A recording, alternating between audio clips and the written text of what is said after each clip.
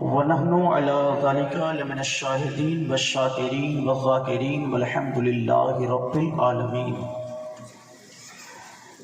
نبی اور آل نبی کی بارگاہ میں درود پاک کا نذرانہ محبت پیش کر لیں، مل کے پڑھے اللہم صلی علی سیدنا و مولانا محمد وبارک وسلم صلاۃ و سلام علیک یا رسول اللہ صلی اللہ تعالی علیہ وسلم۔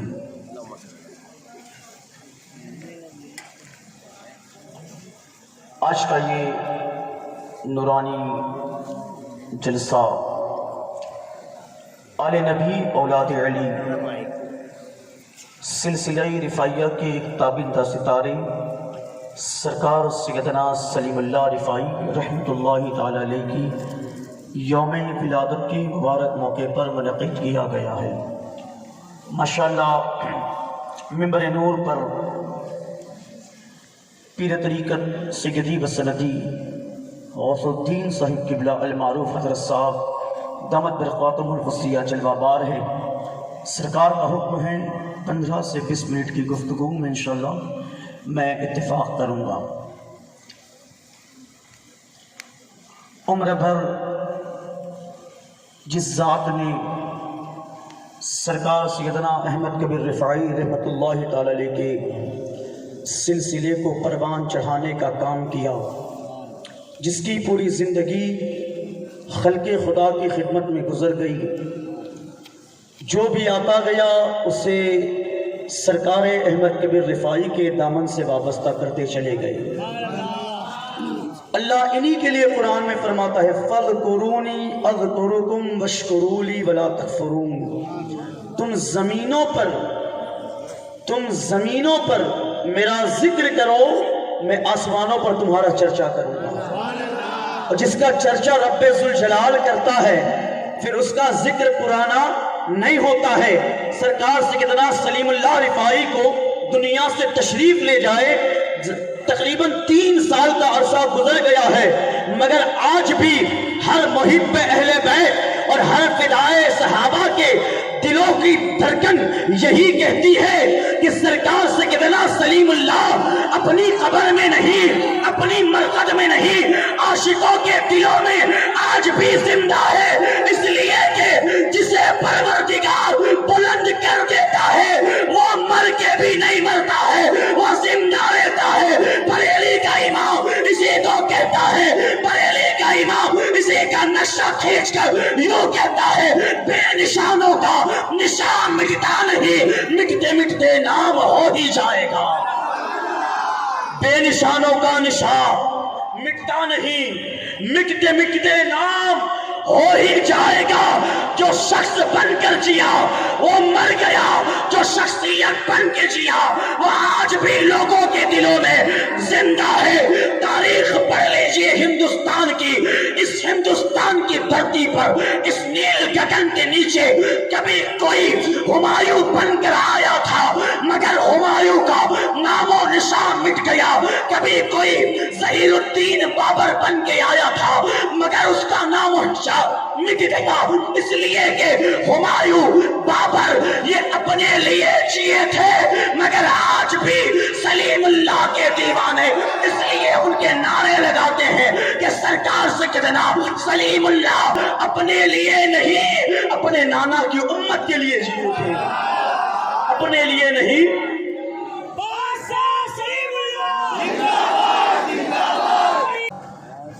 اور میں کچھ کہوں یہ تو میری وسعت نہیں، کل ایک آل نبی کی زبانی ہی سن لیا تھا، ابھی نعرہ لگانا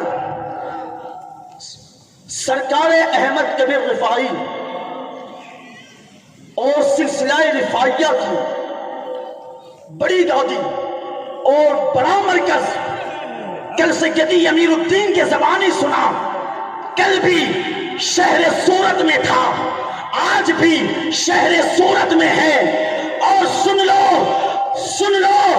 لوگ سورت سے اس لیے محبت کرتے ہیں کہ ہیرے تراشے جاتے ہیں، لوگ سورت سے اس لیے محبت کرتے ہیں اچھی مٹھائیاں کھلائی جاتی ہے، مگر ہم سورت سے اس لیے محبت کرتے ہیں ارے لوگ دنیا کے ہیرو پہ مرتے ہیں، ہم عبدالرحیم رفاعی جیسے ہیرو پہ مرتے ہیں۔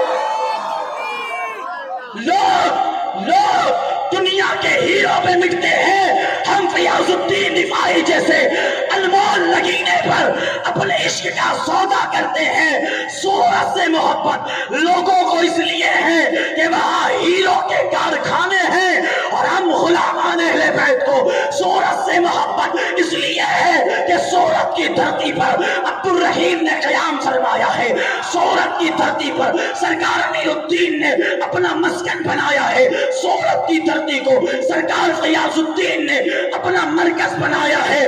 ہمیں کل بھی پیار تھا، آج بھی پیار ہے، اور صبح قیامت تک رہے گا۔ اور ہر مرید کو پیر کا وفادار رہنا چاہیے، ہر مرید کو پیر کا وفادار رہنا چاہیے۔ پیری مریدی کی وفاداری کی حد کہاں کوئی ناپ سکتا ہے؟ اس لیے کہ اگر دنیا میں پیر محمد عربی جیسا ہو اور مرید ابو بکر جیسا ہو تو بات بنتی ہے۔ عاشق تو پیر کے نام پر، مرید تو پیر کے نام پہ مچل جاتا ہے۔ کبھی تو ابو بکر پورا دن حضور کی بارگاہ میں بیٹھے رہتے، جب رات کو سب گھر چلے جاتے ابو بکر صدیق اپنے گھر جاتے، مگر رات کو تاریخی میں اٹھ کر کے پھر حضور کی چوکھٹ پر آ کر بیٹھتے۔ میرے آقا جب دروازے کو کھولتے تو ابو بکر کو آگے پاتے، آقا فرماتے ابو بکر آپ گھر میں ہی گئے؟ ابو بکر عرض کرتے آقا آپ کے بغیر قرار ہی نہیں آتا، آپ کے بغیر چین ہی نہیں آتا۔ کہا ابو بکر پھر یہاں آگے کیوں بیٹھے؟ کہا اس لیے یار نہ صحیح، یار کی چوکھٹ ہی زخموں پر مرہم لگاتی ہے، تو اگر آج سرکار سلیم اللہ ہماری نگاہوں کے سامنے نہ صحیح ان کے خاندان کا ایک لخت جگر ہی ہماری یادوں کے زخموں پر ملہم لگا رہا ہے، اور زیادہ دور جانے کی ضرورت نہیں۔ آو دہلی کی دھرتی ہے، سرکار خواجہ باقی باللہ رضی اللہ تعالی عنہ جیسا ولی کامل ہے۔ سرکار باقی باللہ کے ایک مرید تھے جن کا کام کھانا پکانا تھا، ان کو نانبائی کہا جاتا ہے۔ ایک بار سرکار خواجہ باقی باللہ، اب دیکھو پیر اور مرید کی محبت میں آپ کو سمجھا رہا ہوں، سرکار باقی باللہ نے ایک بار کہا نانبائی مہمان آئے ہیں روٹیاں پکاؤ۔ نانبائی جیسے ہی باورچی خانے میں گئے، دیکھا روٹیاں پکانی ہے، پیر کا حکم ہے، مگر لکڑیاں موجود نہیں ہیں باورچی خانے میں، مگر پیر کا حکم تھا، ٹال بھی نہیں سکتے تھے۔ اپنے پیر کو بڑھایا، اپنے پیر کو جلایا اور روٹیاں پکا لی۔ جب روٹیاں لے کر کے مرشد کی بارگاہ میں آئے نا تو پیر سے لڑکھڑا رہے تھے، پیر سے تھوڑا سا معذور چل رہے تھے، تو سرکار باقی باللہ نے فرمایا نانا بھائی کیا ہوا؟ کہا سرکار آپ کا حکم تھا روٹی پکائی جائے، لکڑیاں موجود نہیں تھی۔ کہا پھر کیا ہوا؟ کہا مرشد جان جائے تو جائے، آپ کا فرمان نہ ٹالا جائے گا۔ میں نے اپنے پیر کو چولہے میں ڈالا اور جلا کر کے روٹیاں پکا لی، یہ میرے پیر کی آگ پر جلی ہوئی روٹیاں ہے۔ سرکار باقی باللہ مسکرائے اور کہا نانا بھائی بڑے کمال کی کام کر دیے ہو، بڑے کمال کا کام کر دیے ہو۔ کہا نانا بھائی لاؤ ذرا اپنا پیر آگے لاؤ۔ جیسے ہی پیر آگے بڑھایا سرکار باقی باللہ نے کچھ پڑھ کر کے دم کیا، اس کے بعد سرکار باقی باللہ کا وہ خلیفہ اور آپ کا مرید، آپ کا سچا غلام فرماتے ہیں جس دن سے سرکار باقی باللہ نے میرے پیر پر دم کیا ہے قسم خدا کی، اس کے بعد کبھی چولہا جلانے کے لیے لکڑیاں استعمال نہیں کی۔ جب بھی حکم ہوتا پیر کو جلاتا، کھانا پکا دیتا، مگر پیر نے ایسا نوازا، ایسا نوازا، ایسا نوازا، زخم ایک بار کھایا مزہ ہر بار ملتا چلا گیا، زخم ایک بار کھایا مزہ ہر بار ملتا چلا گیا۔ اور صرف پیر کی عنایت ہی نہیں، جب دینے پر آئے تو لینے والے کا دامن وسیع ہونا چاہیے، جب پیر نوازنے پر آئے تو لینے والے کو اپنے دامن کو سمیٹنا نہیں چاہیے بلکہ پھیلا دینا چاہیے۔ یہی تو وجہ ہے جہاں جاتا ہوں کوئی بھی سجادہ اگر کہتا ہے کھڑا ہو جا، کوئی بھی پیر زادہ اگر کہتا ہے کھڑا ہو جا، میں کھڑا ہو جاتا ہوں، اس لیے کہ انہی کے در سے جھولیاں بھرتی ہے۔ میں نے کبھی اپنی جھولی کو حضور شیخ الاسلام کی دامن حضور شیخ الاسلام کی چوکھٹ پر پسارا، میں نے کبھی اپنی جھولی کو سرکار عظیم الدین کے چوکھٹ پر پھیلایا، میں نے کبھی اپنی جھولی کو سرکار سلیم اللہ رفاعی کی چوکھٹ پر پھیلایا، اس لیے کہ یہ جنہیں دے دیتے ہیں پھر ختم نہیں ہوتا ہے۔ ارے دنیا والوں کی دینے کی ایک حد ہوتی ہے، ان اللہ والوں کے دینے کی کوئی حد نہیں ہوتی۔ جب باقی باللہ نے